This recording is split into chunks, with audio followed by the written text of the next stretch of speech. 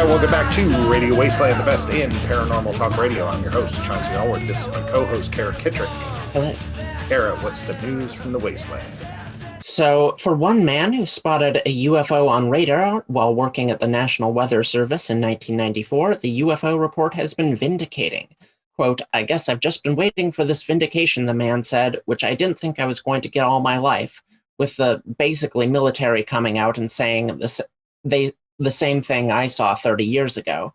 "I can finally say to people, I told you so." The 1994 Ottawa County sighting was witnessed by multiple people, many of whom said they saw lights slowly rotating in the air. Huffington Post reports possibly one of the funniest headlines I've ever seen, and I quote, "Los Angeles Air Traffic Control warns jetpack guy is back." Basically, the FBI is investigating reports that an airborne person in a jetpack was spotted by a commercial pilot. One air traffic alert based on this sighting only said, "Use caution, the jetpack guy is back," which raises so many questions. The FBI has already looked into 3 jetpack man sightings above LA, but hasn't been able to validate any of the other reports. And finally, the kelp forests of Northern California, long a beacon of biodiversity and carbon storage, has been devastated by a series of climate-related events. A marine heat wave in 2013 is thought to have helped spread a disease that killed off the starfish, natural predators to purple sea urchins, which eat the kelp. Long story short, only 5% of the forests remain, and even this will soon be gone. So if you're a scuba diver or marine biologist, see it while you can. Back to you, Chauncey.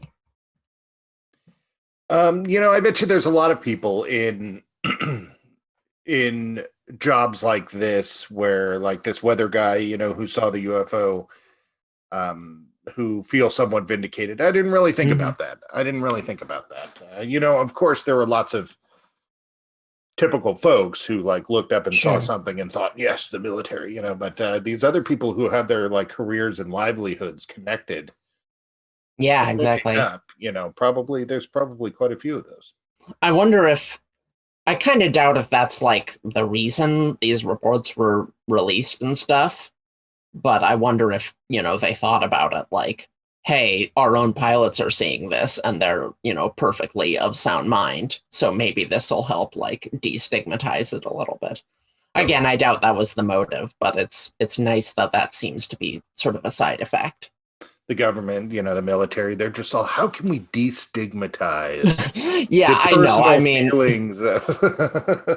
I feel like they do on occasion, every once in a blue moon, do things to help people. Well, I don't know. This is maybe getting off topic here, but that Milley guy, Mark Milley, the general, I think his first name's Mark, but Milley is his last name, who has come out talking about the Capitol assault or whatever, Mm-hmm. He basically said the stuff that I want to hear from the military that makes them not scary. Right. Basically no, this is what we do. We separate ourselves from this. I like my military to sound like the Federation. Agreed. Yeah. You want a calming Captain Picard type presence. Yeah. Totally. Just giving you the business. Not stand here. I mean, I guess. He's played by Patrick Stewart. Yeah, but his name's Jean-Luc. I don't know. He doesn't act like a Frenchman. He doesn't have a French accent.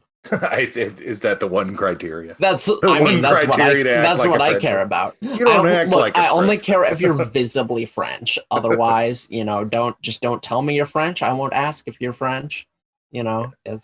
He doesn't have a beret. He's not wearing a stripy shirt. He's not even dressed as a mime. Yeah, he's not even smoking, Yeah, exactly. Where's his baguette? The contractually obligated baguette that all French people carry every minute of every day. My favorite thing about this story is the guy who finally can say, "I told you so," which is so basically since 1994, he's just all if only I could tell them I told you so. He's been seething inside. But hopefully it does open up because, of course, weather reports and all those satellites pointing down, we're always thinking about looking out there. But, a big part of this is what's going on here. And a lot of those weather satellites are probably watching this planet as closely as our military satellites. Just they capture stuff all the time. Right. So that's a good point. I'm surprised there's not more of these out there. So what happened here is he saw on the radar these clusters of objects that were just moving and really like they would show up in one place and then blip, they'd show up in another place, and they were just like moving in weird ways. Mm-hmm. Right. And so he didn't actually see them with his naked eye. But what's interesting is that in the same sighting, several other people did see something in the sky, and they described rotating lights, like I said. So it's a situation where the radar kind of corroborates the eyewitness reports a little. Because otherwise you'd think that's exactly what we need. Yeah, because otherwise you'd think, okay, the equipment was just glitching, right? Oh, but right. There's more to it. So it's an interesting sighting. All right. So the jetpack guy. What does this mean? Is this a common problem? Yeah, well, I mean, it was all over the news there for a while, and then the drones. I remember the drones. Was it? Yeah. Okay. Maybe I just missed it, but I'm like, jetpack guy is back? Back from where? Why is this it's the jetpack guy again? That's crazy. I think it's safe to say that he bought the jetpack and didn't build it. Well, sure. Because if you were smart enough to build it, I don't think you'd be all like, oh, I need to go test this out. Let's pick someplace safe. I know, by the airport, the one place that we know things are flying around. It's like. Well, there are different types of intelligence. Yeah, I don't know. Where was this again? LA? This was LAX. LAX, great. Yeah. An international airport to boot. Yeah. It's insane. I don't know. A lot of people might not know this, but an international airport is actually two airports. What do you mean? Well, half of it is like the contiguous airports that are all throughout the United States. The other half is a whole nother airport. So you're dealing with twice as many flights. I mean, it's right. Yeah, no, basically two airports, So and not that smart in general, probably. But I mean, to be fair, I don't know that this guy was like flying around LAX, right? Like a pilot who was landing spotted him which you can see a pretty distant ways. Yeah, but in any case, this guy was not being smart. Yeah, drive out to Ojai, guy. Just do something. There are lots of areas. Temecula. Drive out there. Yeah. Drive east, anywhere east. Nobody gives a crap about East Southern California. Yeah. Go out there and fly your little jetpack. Sorry, Andrew. Jetpack to your heart's content. Right. I just think it's crazy that we have to worry about rogue people on jetpacks. That's like an issue. Wait, when did this happen? When did we enter the future? Yeah, totally. We were promised jetpacks, and there. Careful what you wish for. The end of that band.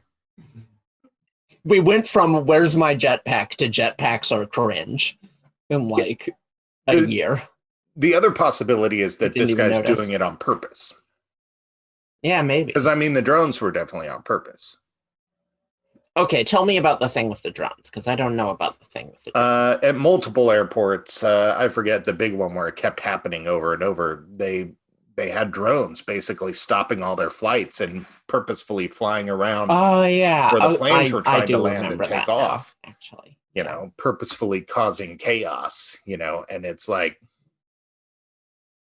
I get it. I have nihilistic tendencies, but I don't think I don't understand the mindset behind screwing with other people, going out of my way to screw with other people. My general attitude towards an argument in general, or somebody not liking me, is I have better things to do than listen to how you don't like me. Sure. One of those things is nothing. nothing is a better thing to do than it's not high on your list of priorities. Yeah, don't get me wrong. If I have a relationship with this person and I need to fix part of myself to have a better relationship, I'm happy to do that. But I mean, like, you know, how do all these people care about randos so much? I mean, there are a lot of randos out there. My daughter, Jasmine, she refers to them as NPCs. Mm. You know, basically anybody who's ineffectual to her life is a non-player character. Yeah. But I don't know. I think it's weird, and unfortunately, I think it's just as likely that Jetpack Guy was doing this on purpose as he was doing this on accident. Yeah, well, no, I don't disagree. And to be fair, I'm not assuming his gender is male because he's on a jetpack. I'm assuming he's male because this was stupid as all hell.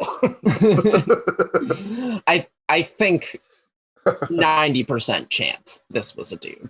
Oh yeah. At least he's not killing anybody. Yeah. And then the kelp forests, you know, God, every week. We started saying, what's the news from the Wasteland? So I feel like I'm given permission to talk about like the different ways in which our world is steadily falling apart. It was a joke at first, but now no, I know, but it is a wasteland. Like, it's becoming a wasteland. Of our, because it's, you know, Terry wants to move to somewhere because she's tired of the fires. She's just where's she gonna move? The Arctic Circle? There's gonna be fires everywhere. Well, that's kind of part of the problem. It's like everywhere is like natural disasters and fires and you know, earthquakes at this point are at least something that we're not causing and that we know aren't going to get worse. And if they do get worse, it's purely coincidental. Well, I guess maybe fracking, yeah. Oklahoma. But still, like in general, earthquakes not man-caused. Right, yeah. But you know, tornadoes, hurricanes, fires, you know, it's like you can't really go anywhere. And then it's just all like the safest state is Wyoming. And I'm just all, oh, all right. Yes, of course it's safe because you're in the middle of nowhere with no one around you. You know, of course it's safe there.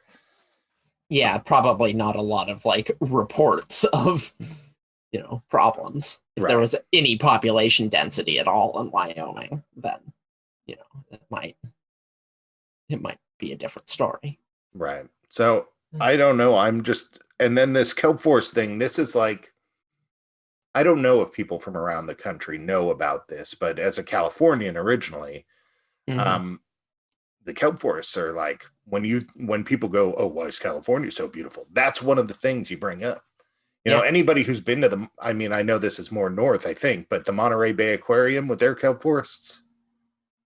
So this is actually like far northern California. Right, yeah. Kind of kelp forests that we're talking about. But yeah, there's kelp forests near Monterey.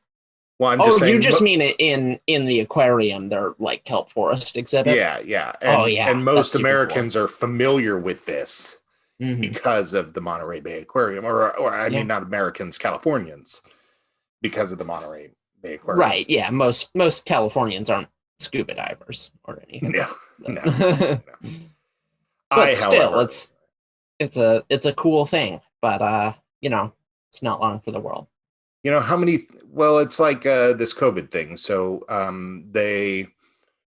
there's 5 million, I saw in the news today, 5 million new shots from people in the states where there have been low vaccination rates and high people getting sick.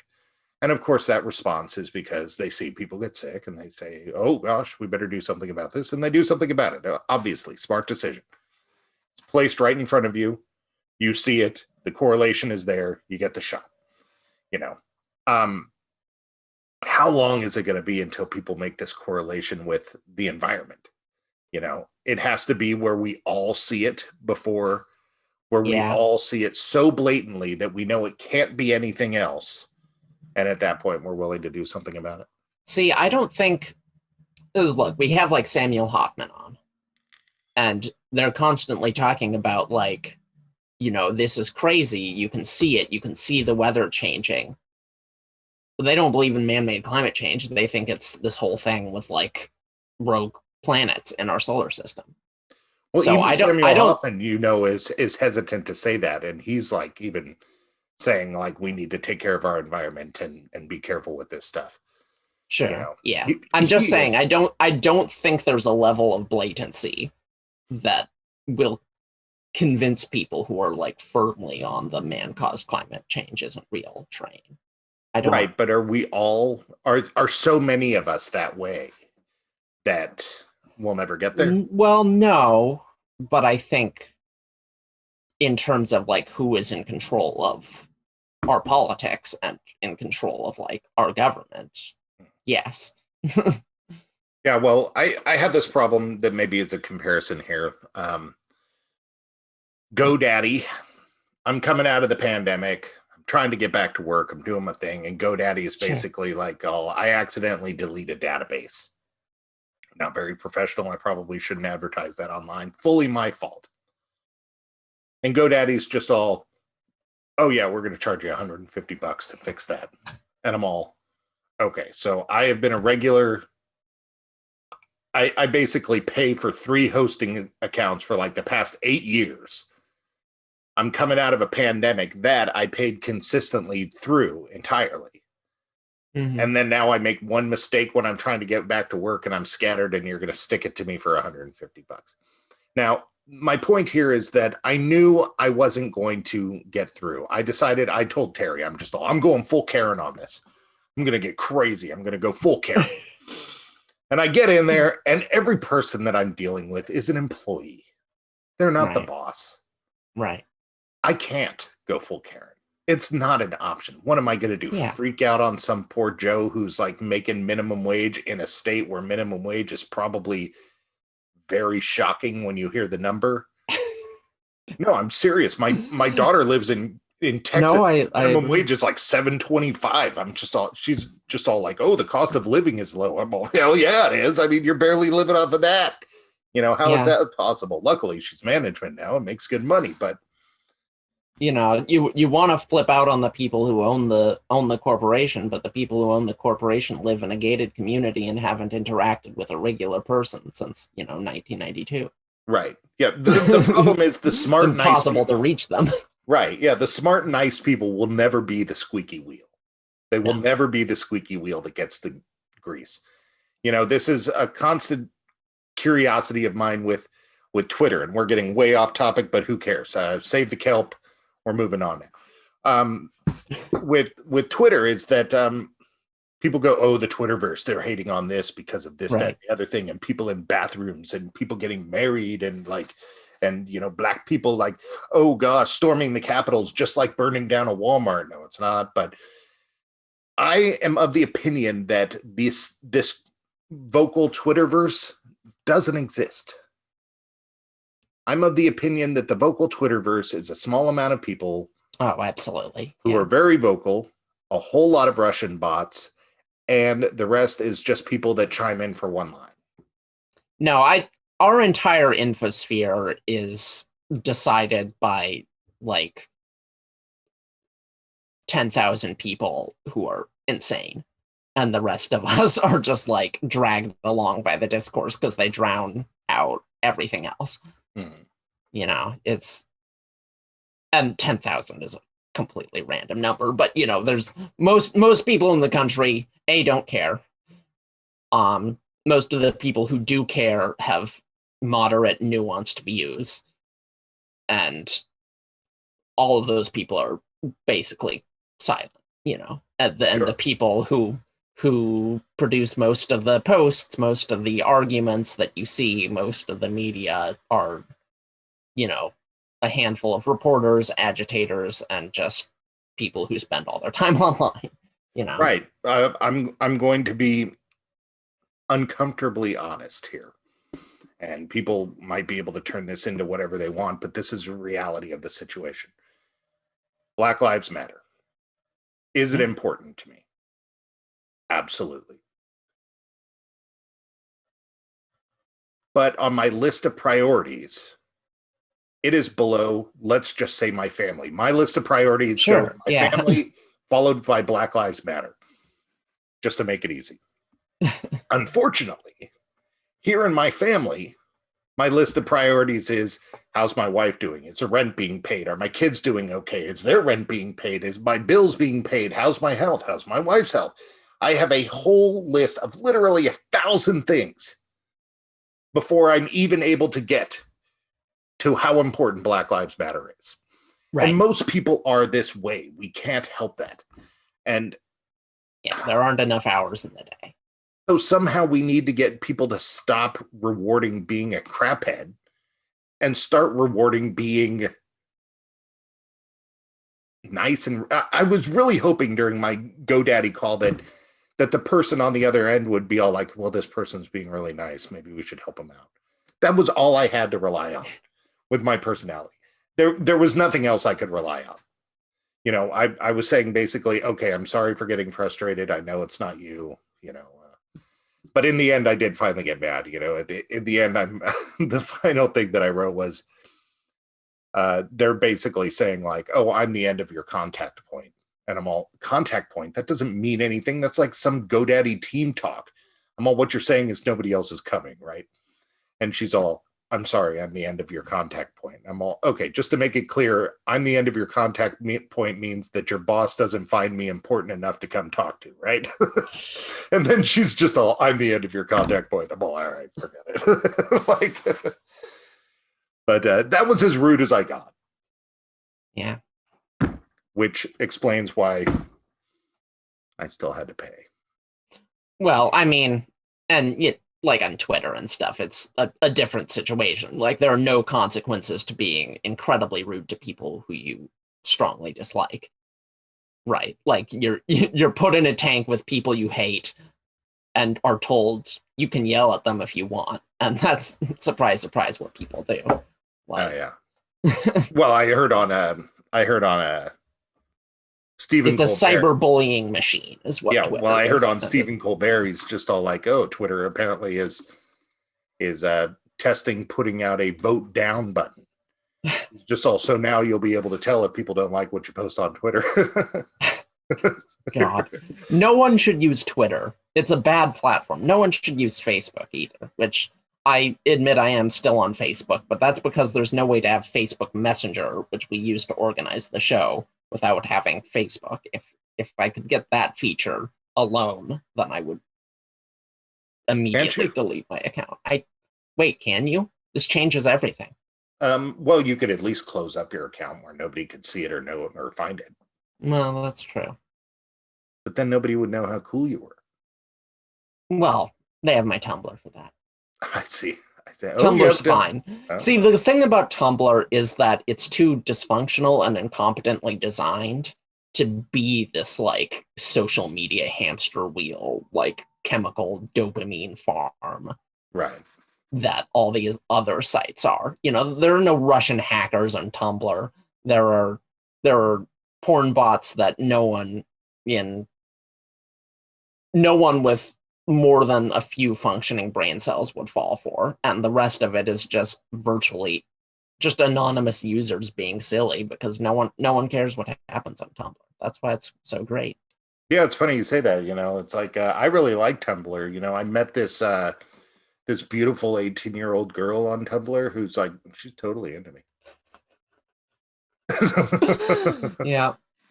Yeah, well, I get that a lot on Facebook too. I had one of my daughter's friends like asked to be my friend on Facebook, and I forgot who she was, and I had to like research her whole profile just to make sure she wasn't somebody like trying to, you know, sex chat me or something. I'm just all, oh, whoops, this is one of my daughter's friends. I was like all ready to blog her and like report her and stuff. But it's real obvious on Tumblr. Like they don't even try to like infiltrate. They just send you nasty DMs just right off the bat, and their names are like 1,000 different just digits and weird characters. Like right. As sketchy as it could possibly be. Sexy legs followed by the number pi. Pretty much, yeah. Right. I got one the other pi and a bunch of pound signs. Yeah, I got one the other day on Facebook that straight up said, I'm into sex. I want a sex buddy, blah, blah, blah. Me and my friends, we have an online prostitution ring. And I'm all like, Okay, this is about as blatant as this gets, Yeah, okay. They're not even trying to hide it. No. Was that like a person, or was that just a bot? It was a person trying to friend me. Oh, okay. Yeah, every person that tries to friend me, I take a look at their profile. Normally, it takes just one quick look to tell, and in this case, it was pretty quick because the very first post was telling me about their online prostitution rate. Which, I mean, I appreciate the industriousness, but... See, it's often hard to tell whether you're dealing with, like, an AI or a teenager from Delhi who, like, is familiar with English as a concept, but, doesn't speak it. Right. Yeah, that's true. That's true. Luckily, they're both equally hot online, so...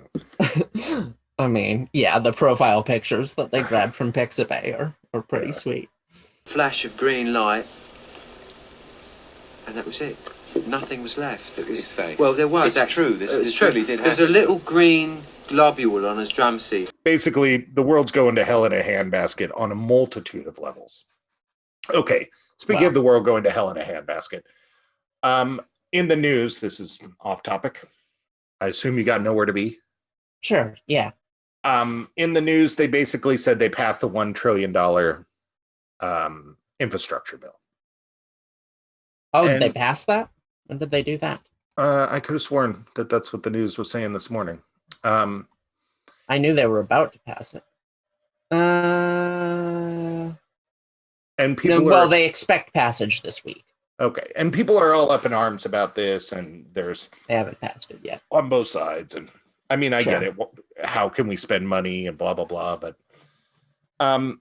nobody seems to be pointing out that it's kind of like a New Deal. I mean, isn't this good that after a devastating blow to our economy, we're now taking $1 trillion and investing it into infrastructure that can be spread across the country, specifically to locations that financially might need it. It'll create work, jobs, and I think that's the idea. But nobody's saying it. Well, the Democrats are, as ever, not very good messengers, but also they kind of are. A lot of them are saying it. Like, these are the kinds of things they're saying, but mainstream media likes to cover, oh, the bill's going to get passed. Mainstream media likes to cover the fight. We'll get passed. Victory for Biden, won't get passed. Is this a defeat for Democrats and a victory for Republicans? Donald Trump said this insane thing. Is this a victory for Democrats? They almost never talk about, like, here's what politicians are saying about the bill they passed. I want to come up with like data-based news. Here's a plan for us. We'll come up with a website. You've seen in the old movies, like The Business Guy, they got the ticker tape that comes out that's showing them their numbers, and they're looking at their numbers. We need basically news that's that. Thing might pass. Here's what it is. 42% say this. $5 billion, blah, blah, blah. Here's the data. That's it. No adjectives. I don't want any adjectives. I don't want people telling me that when 10 million people die in Malaysia, I don't want people telling me it's an atrocity. I can figure that out. I know it's an atrocity. 10 million people died or whatever. I made that up, but you get the point. No adjectives. Yeah. I hate the adjectives because personally, I think on the liberal side, people are invested in the adjectives. They go like, oh my God, blah, blah. And then on the conservative side, I think people are offended by the adjectives. So we need news with no adjectives. News with no adjectives. Just bullet points. Here's my thinking for the design of the site. Only HTML. Oh yeah. No content management system. Just fully plain text, white background. Just the news. Gotcha. Perfect. Yeah. Basically, H1, H2, bullet points. No paragraphs, no P tags. Just bullet points. There's no buttons. If you want to see the new news, you just hit refresh and see what's new. Right. Yeah. That's what's exactly. Yeah. The ticker. You got the ticker. Exactly. All right. We're going to be so rich. Changing the world. No, there's no ads on it. How are we going to be rich? Oh, yeah, that's true. Oh, that's all right. We can sell it. We can sell it. Yeah, we'll sell it once it's Right. become big. And then they'll, add in a bunch of ads and make it all sparkle. We'd be all, it's not our fault. Yeah, we sold it. Yeah. They told us it'd all be fine. All right, you're listening to Radio Wasteland. When we come back, we have our friends, William and Venus, talking about the UFO sightings that have been going on around this country through the military and in general. So stick around for that. And if you don't, well, we didn't want you there anyway. Have kids, they were weird. And you go to their house and there's like toys in the couch and it drives me. Since when are kids allowed in the living room? When did that start? That you could be in the, and they're like, oh, you want to play with Dylan? No, I'm a drunk man. Why would I want to play with Dylan?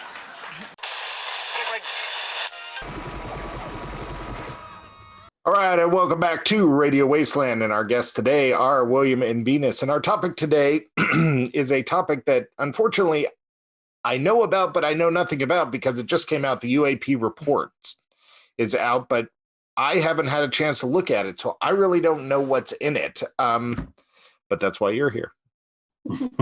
Save me from reading, right?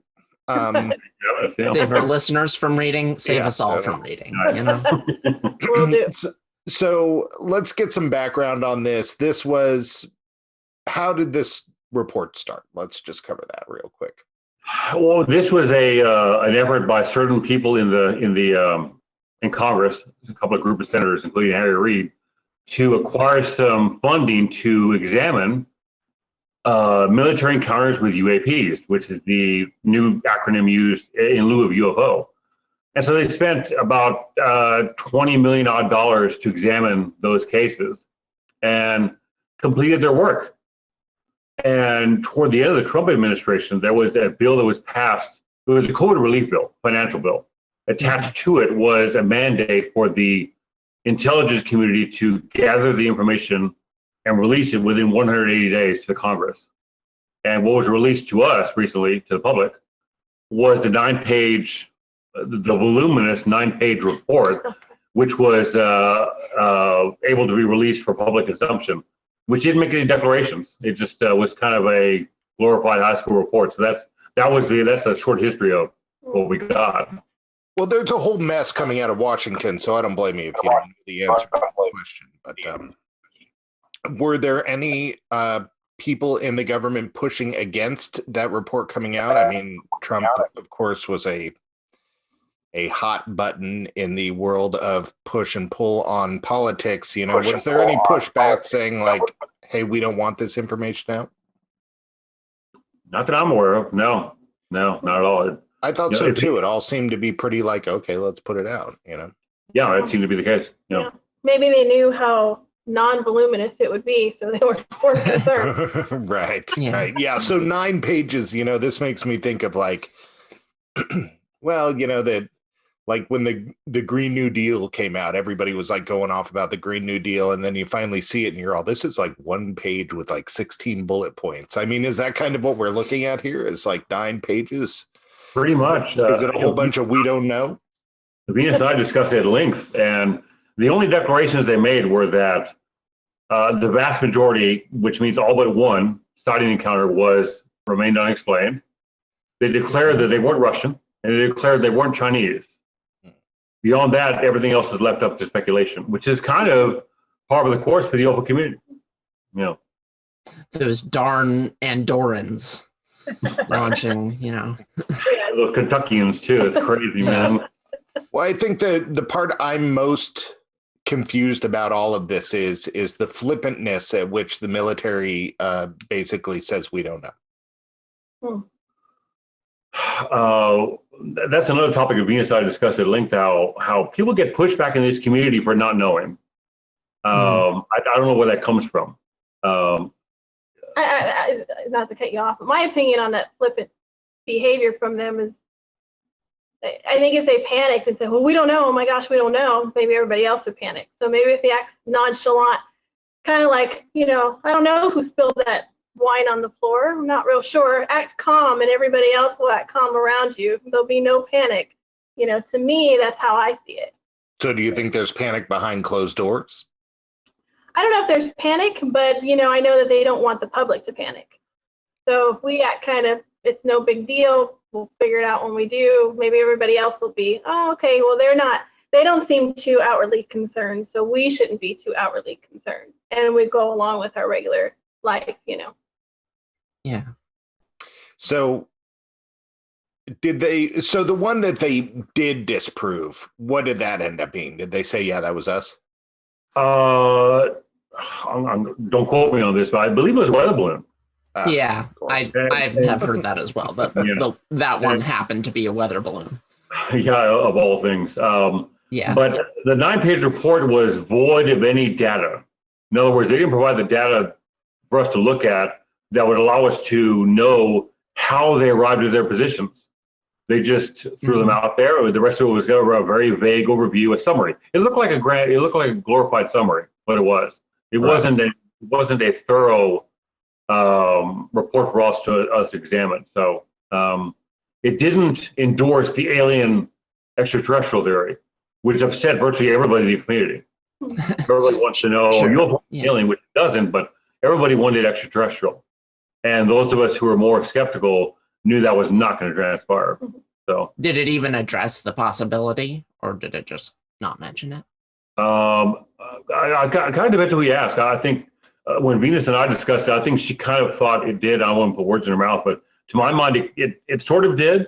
It labeled it unknown, and it did discuss the flight characteristics of some of the UAPs, which are suggestive of a high level of technology we don't have. But they wouldn't go further than that. So yeah, I guess you're reading into it depends on the person. So the implication was there that it was super tech. Definitely, for lack of a better word. Yeah, definitely more technology than we're capable of. Whose technology? Well, we know whose it's not. It's not the Kentuckians, so or the Andorran. No, they did leave the door open to secret military technology that those pilots were not privy to, which is always on my table too, because we all know there are black operations underway the government conducts. So a pilot may not have the security clearance that they need to know to be able to identify an aircraft that's operating in his vicinity. So by definition, that's UFO. Later on, as information is revealed, we know that that's may have been an F-117 or SR-71 or any of a number of secret programs at the time. Once it becomes known to the public, it ceases to become unidentified. But they went relatively far, but there were little nuggets there that the researchers looked at and said, they said it was unidentified, and they're discussing the characteristics. That's further than they used to go. So they went a little further than before. So that's, I guess, little baby steps. There's something to that. Well, even if it is technology, you would think that we have. You would think they would have to go a little bit further because, the Blackbird and stealth technology, I remember when we finally, that was all out and everything. And we all went, whoa, that's really cool. That's cool that they can do that because we understood that the concept of deflecting radar waves is not quite as impressive as suppressing the effects of gravity on a pilot, or on, the maneuvers of these things is a much bigger jump technologically from what we think we have than blocking radar. Mm-hmm. I think. Right. Agreed. Yeah. It suggests a jump. It's not like what we're observing is, say, a decade ahead of our standard now. What we're seeing suggests something that's substantially further down the road, right? Which takes it out of the realm a little bit of. I guess it opens up the idea that, okay, is our technology, our secret technology, our government's working on, wherever they're working on it, is it decades ahead of what we're aware of, or is it not? Mm-hmm. And to my mind, secret technology has always been about a decade and a half ahead of what's known to the public. But what we're seeing here seems to suggest something further down the line, quite a bit more advanced. I've always felt that way too. That technology must be like way far ahead with the military and stuff. But I'm not so convinced of that now. For one, if you look at our country's infrastructure, it's not exactly kicking ass. And so I can only imagine that anything else connected to this system of upkeep might be falling a little bit by the wayside. And then also, it's not uncommon that our government is going after private industry for technology. Like they couldn't get into the iPhones, and they have to go after Google to help with NSA data and stuff like that. So it's like, I don't know. This kind of, I'm skeptical at the core, but it does kind of lead me to think that it's not our government, because frankly, I don't think our government could pull it off at this point. I'd be more convinced it was Google. But I'd never deny you the pleasure of buying me time to escape. Hey, but what if I get sent to Arkham? Then you won't spend even a single night. I'll break you out, my love. I swear. Or actually, I have something tonight, but I'll definitely get you out before breakfast. Love ya.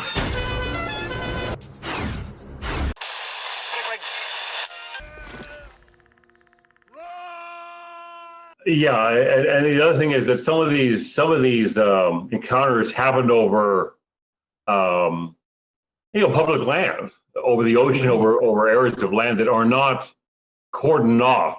It didn't happen over Groom Lake, Area 51. It happened over areas where the public might be able to see this. And generally, when you test secret technology, you don't do that over public lands. You do it in an area where it's beyond the scrutinization of the public. I.e., that's why Area 51 was established, to allow us to test this technology beyond the prying eyes of the taxpayers. But a lot of these reports are occurring, they're not under those conditions. They're happening wherever. So that's interesting. It's interesting that they wouldn't rule out the possibility that it's like our stuff, because you would think, if you're going to have investigators investigating, the thing they would be investigating is this us? Like, it kind of raises questions about like how much access did the people who wrote this report even have, and if they didn't have all the access they needed, like how valuable is it really? Right. Well, then that calls into question, if they don't, then who does? Or does anybody at all? Really? Yeah. Very true. Could just be a small handful of people, or because the intelligence community, however that level is applied, is very compartmentalized. So one hand doesn't know what the other hand is doing. So the groups that were putting this report together may not have been privy to all the information. So their conclusions may be off.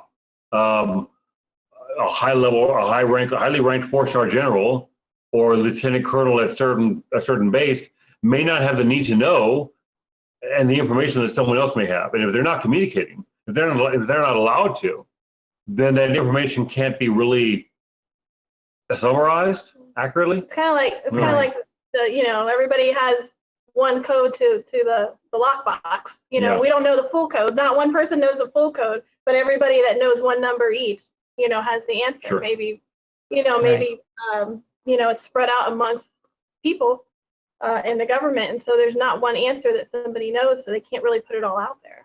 Do we know who it was who are these investigators who put together this report? I've always been kind of curious about that, and I'd never. All the bill said was like, we're going to put together a team. It was like, who was on the team?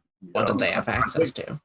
I don't know. I kind of assumed, perhaps wrongly so, that there are representatives from each acronym, CIA, Sure. SCI, NSA. Yeah, that would make the most sense. As to how they're picked, I don't know. Yeah.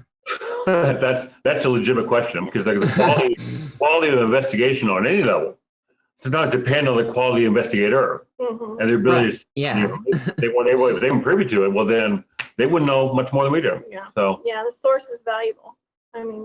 Yep. Not knowing the source. That seems like an important thing to not tell us. Yeah. Yeah. Sorry, go ahead, William. No, that was another topic we discussed. Venus and I we're always talking UFOs, and a lot of people in the community, and I would see them on Facebook and on other platforms and websites, were eager to find the information the government gave us. They were eager to the nth degree. And my mind immediately went to, okay, we've spent 80 years not trusting the government. Right. We're willing to trust them now. Many people in the community were looking forward to the information the government gave them as if it was believable, as if we should wisely just embrace them as being trustworthy, when we spent the last 80 years doing the opposite. So people were just very eager for the extraterrestrial. They were very eager for a thick report discussing UFO sightings and the whole 9 yards, and they didn't get that. And I think expecting that kind of report was unreasonable. Sure. Yeah, because all the information would be classified anyway. Sure. Yeah, we're also eager for answers. We're just willing to, I guess, blindly go in and trust somebody that none of us has really been trusting. Hoping with our fingers crossed that maybe this time, they'll give us something. But I don't see why they, even if they had all that information, I don't see why they would. Were there any specifics in there? Well, first, let me ask this. Was the report requested based solely on the military's experiences, or was it on these experiences in general? Strictly military. Okay, so Phoenix Lights, stuff like that's not going to be pulled. Yeah, nothing historical. Even historical military cases. Even I hate to include it in there, but the Roswell case never discussed that. The Roswell case, Lake and Eve bedwaters from the 50s, took runners from Forest back in 1980. Historical military interactions were looked at. Just the more modern, say, the last 10, 20 years of military interactions with UAPs that the public's not aware of. They're not in any UFO book that researchers have been privy to. So that was the gist of the report. That was what it contained. Nothing really specific other than the declaration is not. Most of these are unidentified. They're not Russian. They're not Chinese. Beyond that, they took no other steps further to make any kind of declarations. Researchers are hoping, though, that this may get the ball rolling slowly toward a more overall examination of the UFO topic by the government, which may include some cases that aren't military in nature, but are kind of robust and interesting. So, yeah, I've heard varying things. I've heard this is the start of a much longer process. This is kind of getting the public used to it.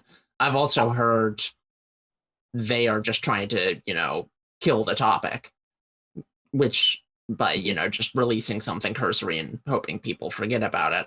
I'm inclined to believe the former, but what's your take on that? Well, we had Kevin Randall on our virtual meeting about 2 months ago, and he felt that it was the latter. It was late 1960s all over again. They're looking at the topic, trying to belittle it, and then the end of story. Yeah, which makes sense. Yeah, but I don't know. Well, yeah, if they put nothing out, we're interested. If they put nothing out, that's more for us to talk about. They put something out, maybe some of us will be happy with it, and that's true. But it's also gotten into the mainstream news. Because of this report. This report has drawn an enormous amount of attention from people who weren't paying any attention to it at all before. And that's where we get to, we didn't get much. We got a nugget of, a carrot dangled in front of us, I guess. But it's not the end. You look at it like a lot of other people, where it's really just the beginning. Hopefully, right. What we're hoping. Yeah, hopefully.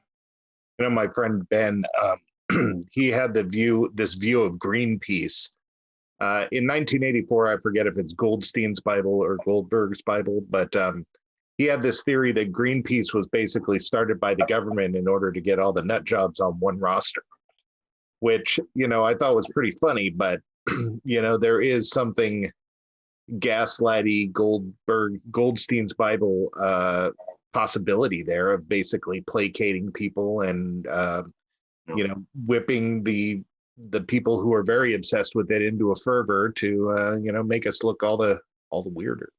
I never thought of that. That's good. Yeah. The government, that's a great topic. That's a great point. The government spent between the 40s and the 70s, 1940s, 1970s, attempting to lessen the importance of the UFO topic to the public. Mm-hmm. That was a pretty straightforward operation. We know that through documentation. We know that was happening. Since the 70s, it's kind of let up. And part of that is because there's so many media outlets now, we can kind of misinform ourselves. We don't need the government to provide misinformation. We do it to ourselves. So that's kind of gone by the wayside. But certainly an effort to make us all look like kooks, like we're all wearing tinfoil hats, would be pretty productive too. Because then the Congress would be fine to get money. In the 70s, we saw an explosion of science fiction. 60s and 70s, we saw an explosion of science fiction that probably watered down the message. Okay,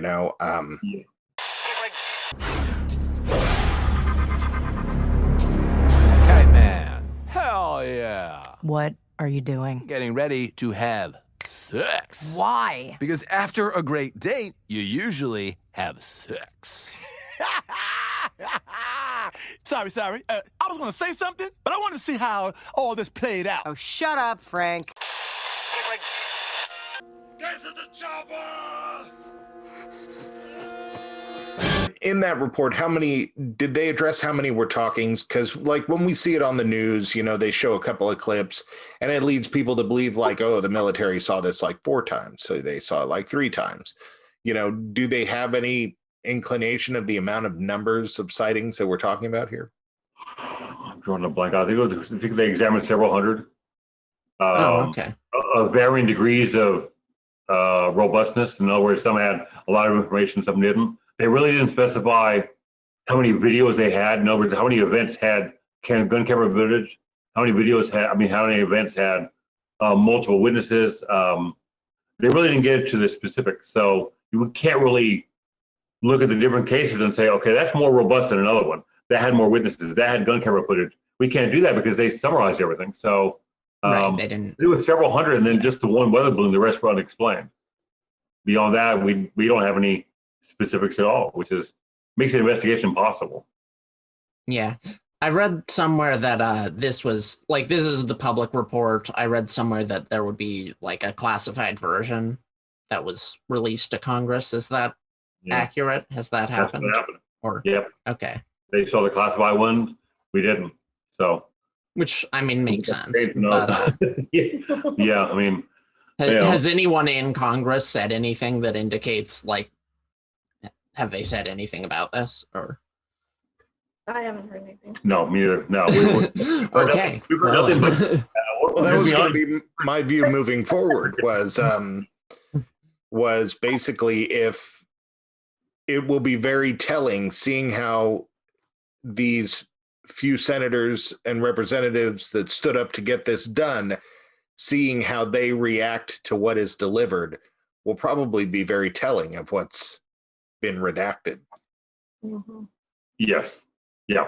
There's one congressman, I can't remember the young man's name, Democratic gentleman from, I think, a southeastern state, has been on several, he's been on Good Morning America, he's been on, I think, CNN discussing the topic and has made pretty measured statements and has endorsed that this needs to be looked at some more and more thoroughly, and which is a logical. I like that kind of rhetoric, but he didn't stick his neck out though, but nobody's made any comments about what the classified report says. So, who knows? I mean, who knows what maybe it was not as maybe it was just as great as the report they gave us. Yeah. Yeah, I mean, some of this makes me wonder if genuinely the military doesn't know any more than they put in the summary. If they're as confused as we are. But then again, who knows? They're not necessarily the most trustworthy. But it seems like if they were trying to play us somehow, this would be an extremely weird tactic to release something so milquetoast, I guess is the word. I mean, I'm under the impression they don't know, but telling people in the United States, hey, we don't know what it is and we can't protect you, would cause mass chaos as well. So you can't come out and really, I think making it elusive, making it seem like they don't know, but maybe they know, makes us kind of feel internally that they're probably going to protect us because they might know, but coming straight out and just, hey guys, we can't help you if they decide to attack us, that's not going to happen either. So I don't think they'll fully admit, I think keeping us questioning what they know is probably a tactic in itself. Yeah. Well, it doesn't feel like they really did anything to encourage that tactic other than just kind of be shady in general, right? Like, they told us, hey, we don't know, but we're saying, okay, but we don't trust you, which, I mean, right. Fair. I mean. They would have known. That's what we would have said. We're thinking, okay, but do they really not know? That's Exactly. what I mean. Yeah. No, what can we trust? Yeah. Well, you'd think the universal chorus from all of us would be if the government said, hey, we don't know, we say, what the hell do we pay you for? Get out there and figure this out. It's like, and going back to what Kara said, I'm a pretty liberal guy. I probably trust the military more than I trust most of the government. I don't trust the intelligence agencies very much. Yeah, no, that's just me. Well, wise woman. They're all based in Kentucky, I think. So that. No. The trusting them, I think it goes beyond trusting them. I think we pay for things. I think a lot of people have gotten really confused about what taxes are for. I think that I think the post office is a prime example because everybody's like going off about how the post office is losing money and stuff like that. And the post office's job is not really to make money. It's to deliver the mail using our tax dollars. They don't make money. They spend the money that we put into it. And I would say it was the same thing to the people who are figuring out this alien thing. Is there really a good message that people can deliver to an American people, to a country of people that says, we got this under control, we got to figure it out, but we really just can't tell you? Is there a way that a government could say that to their people and get away with it? As an American myself, after COVID, I think not, because that seems like the best they were over the bridge on that one. Yeah. So I don't know that message would work now. Well played. I don't know what you're saying. It's true. Yeah. I think a lot of people in the community, in the general public, would be more comfortable with some level of openness about their ignorance. If the government came out and said, things are happening in our skies, we can't control them, but it doesn't seem to be a threat. And we're spending taxpayer dollars to examine it, to find out what's going on, but we don't know at this point. I think that even that would be better instead of total silence. That's at least the answer. Okay, they're spending our money to find out what's going on. We're not being attacked, so obviously that's not something we got to deal with right now. But they're making the effort, as they should, to try to find out what's going on in the skies above us. I think that's a reasonable statement, but I don't know if they would even go that far. I don't know. Isn't that kind of what the report is, though? The report is just a big old, I don't know. Yeah, you're kind of right, because that's kind of what it says. They, in a roundabout way, they advocate the point that because these things are unexplained, they're a threat. And I think that's right. I think they could be a potential threat, because you know what that's there's a fine line there, because if they are a threat, then that means you would know what they are. You would know they're a threat. I think given the history of what's been going on, if they were a threat, we would know it by now. They could give an explanation. After all this time been going on for X amount of years, they haven't done anything. The likelihood is very low. But that's a very bizarre. Because I didn't realize they sort of played up the threat. That's so bizarre, because that's like, we don't know, but be afraid. Like, who edited this, right? Like, there's two ways to look at it. One way, I know I was listening to John Greenwald on his podcast discuss that, if they're advocating this as a potential threat, then that makes it more reasonable that they may spend more taxpayer dollars to examine this more thoroughly, to keep looking at this, because it might be a threat. If they say it isn't a threat, then that might be a way to get out of it, which is what they did in the 60s. When Blue Book was closed, Project Blue Book, the idea was, well, there's nothing to this thing. There's nothing to the UFO topic. There's nothing here to investigate. Therefore, let's stop investigating, which they said they did, but they didn't. But if they say it's a threat, that'll give them an out and allow them to spend taxpayer hours to look at this stuff. And if it's a potential threat, I mean, that statement in and of itself is correct. If it's an unknown, you can't clear your skies. It may be a threat. It might not be, but because you don't know, it's prudent to keep looking. Just give me 15 more minutes. Joker's probably still fighting Batman. I don't know, hun. It's, most superhero fights, they're not like... Calendar Man, how long has she been in here? Oh, hey, Ivy, 183 days. Oh, sure. You remember the incarceration date of Porn Clown over here, but not your own son's birthday. Oh, really? You were laughed out of UTI.